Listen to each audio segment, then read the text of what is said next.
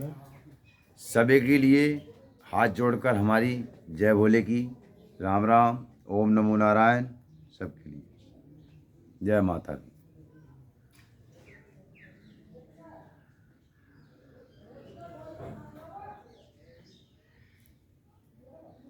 अब फिर शुरू से करना पड़ेगा। तो महादेव जी कहते हैं कि बरान ने आज्ञाहीन, क्रियाहीन, श्रद्धाहीन तथा विधि के पालनार्थ आवश्यक दक्षिणा से हीन जो जप किया जाता है वह सदा निष्फल होता है।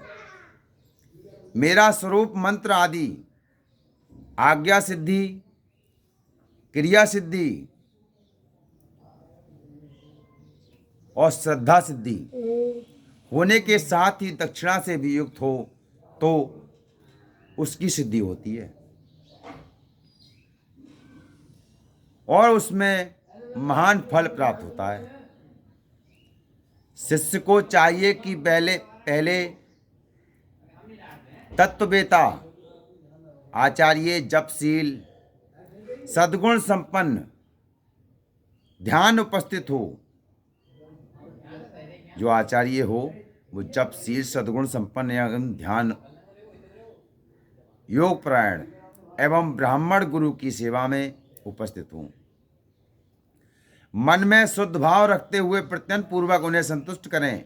ब्राह्मण साधक अपने मन, वाणी, शरीर और धन से आचार्य का पूजन करे। वह वैभव हो तो गुरु को भक्ति भाव से हाथी, घोड़ा, रथ, रतन, क्षेत्र और ग्रह आदि अर्पित करे। यही श्रद्धा हो, हाथी, घोड़ा, रतन, मकान, दुकान गुरु को समर्पण कर सकता है, जैसी जिसकी श्रद्धा हो। जो अपने लिए सिद्धि चाहता हो वह धन के दान में कृपणता ना करे, कंजूसी ना करे। सब उसका दिया हुआ है, परमात्मा का। मेरे बाप का या किसी के बाप का कुछ नहीं है। ये तो उसका मोह कहता है कि ये मेरी जमीन, मेरा जायदाद, मेरी मकान, मेरा दुकान, मेरा भाई, मेरा भैया, मेरा लौड़ा, मेरा लौड़िया, जबकि उसका कुछ भी नहीं है। सारी गीता में अर्जुन को कृष्ण भगवान ने यही समझाया है, सारी गीता में, कि कहीं भी कुछ नहीं है। तेरा तो कुछ है ही नहीं। तू क्या कर सकता है? तेरी क्या करने लायक वो है? कुछ नहीं कर सकता। तदंतर सब प्राणियों सहित अपने आप को गुरु की सेवा में अर्पित कर दे। गुरु जो है सबसे बड़ा शब्द है। गुरु, गुरु की व्याख्या क्या है? गुरु तो दुनिया कह देती है। गुरु की व्याख्या क्यों सत्यपाल सिंह? गुरु की क्या व्याख्या है? व्याख्या का मतलब बड़ा करके, गुरु की क्या क्या वो है? गुरु तो गुरु है, गुरु की जो। अरे इनकी व्याख्या है। अपने नाम का अर्थ होता है, हर किसी के नाम का अर्थ होता है। मेरे नाम का अर्थ है राजा। मेरे नाम का अर्थ है राजा। राजू को राजा कहते हैं। मेरे नाम का अर्थ राजा है। ऐसे ही गुरु नाम की व्याख्या है। गु मानी होता है गंदगी, ठीक, और रू मानी होता है प्रकाश। गुरु गंदगी से निकालकर प्रकाश की ओर ले जाता है। गु को कहते हैं, गु मानी गंदगी और रू मानी प्रकाश। गुरु जो है गंदगी से तुम्हें निकाल कर प्रकाश की तरफ ले जाता है। बिना गुरु के भगवान के दर्शन होने असंभव है। और गुरु चाहे तो तुम जौन से भगवान के चाहो, जौन से देवता के चाहो, दर्शन कर सकते हो। इस प्रकार यथाशक्ति निश्चल भाव से गुरु की विधिवत पूजा करके गुरु से मंत्र एवं ज्ञान उपदेश क्रमशः ग्रहण करे। इस तरह संतुष्ट हुए गुरु, अब गुरु को भी क्या करना चाहिए? चेले के साथ संतुष्ट हुए गुरु अपने पूजक शिष्य को, जो 1 वर्ष तक उनकी सेवा में रह चुका हो। गुरु को किसी को चेला बनाना है तो चेला जब ही बनाए जब 1 साल उसे अपने साथ रख ले।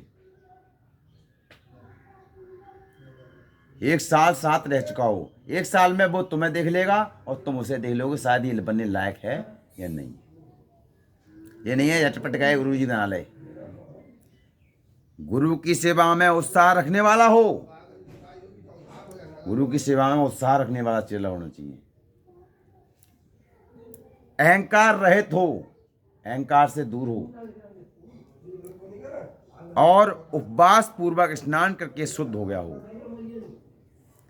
पुनः विशेष शुद्धि के लिए पूर्ण कलश में रखे हुए पवित्र द्रव्य युक्त मंत्र शुद्ध जल से नहलाकर चंदन पुष्पमाला वस्त्र और आभूषणों द्वारा अलंकृत करके उसे सुंदर वेशभूषा से विभूषित करें।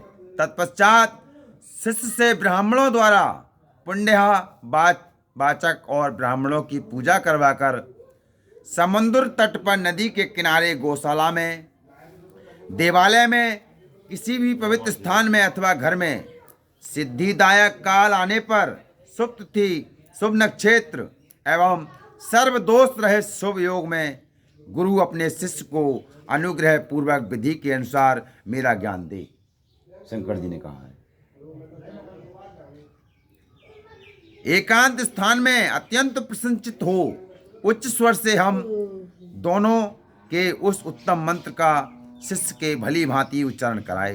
बार बार हम उच्चारण कराकर शिष्य को इस प्रकार आशीर्वाद दे। गुरु जी क्या कहें, तुम्हारा कल्याण हो, मंगल हो, शोभन हो, प्रिय हो। इस तरह गुरु शिष्य को मंत्र और आज्ञा प्रदान करे। इस प्रकार गुरु से मंत्र और आज्ञा पाकर शिष्य एकाग्रचित हो संकल्प करके पुरस्चरण पूर्वक प्रतिदिन उस मंत्र का जप करता रहे नियम से। वह जब तक जिए तब तक अनन्य भाव से तत्परता पूर्वक नित्य 1008 मंत्रों का जप किया करे। जो ऐसा करता है वह परम गति को प्राप्त होता है। जो प्रतिदिन संयम से रहकर केवल रात में भोजन करता है और मंत्र के जितने अक्षर हैं उतने लाख का चौगुना जप आदर पूर्वक कर देता है, वह पौरश्चर ऋक कहलाता है। जो पुरस्चरण करके प्रतिदिन जप करता रहता है उसके समान इस लोक में दूसरा कोई नहीं है। वह सिद्धिदायक सिद्ध हो जाता है। साधक को चाहिए कि वह शुद्ध देश में स्नान करके सुंदर आसन बांधकर अपने हृदय में तुम्हारे साथ मुझ शिव का और अपने गुरु का चिंतन करते हुए उत्तर या पूरब की ओर मुंह कर किए मौन भाव से बैठे। या उत्तर की तरफ कर ले या पूरब की तरफ मुंह कर ले। चित्त को एकाग्रित करके, जाने न दे कहीं इधर भगता है, तथा दहन प्लावन आदि के द्वारा पांच तत्वों का शोधन करके मंत्र का न्यास आदि करे। इसके बाद सकलीकरण की क्रिया संपन्न करके प्राण और अपान नियमन करते हुए हम दोनों के स्वरूप का ध्यान करें और विद्या स्थान अपने रूप ऋषि छंद देवता बीज शक्ति और मंत्र के वाचार्थ रूप मुझ परमेश्वर का स्मरण करके पंचाक्षरी जप करे। मानस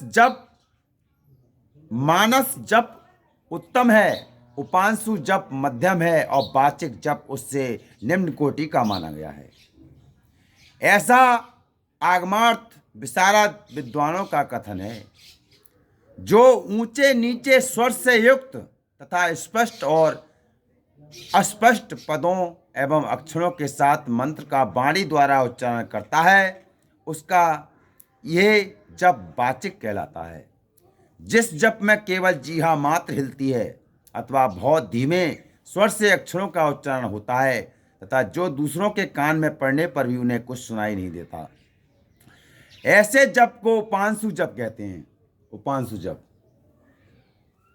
जिस जप में अक्षर षडंती का एक वर्ण से दूसरे वर्ण, एक पद से दूसरे पद तथा शब्द और अर्थ का मन के द्वारा बारंबार चिंतन मात्र होता है, वह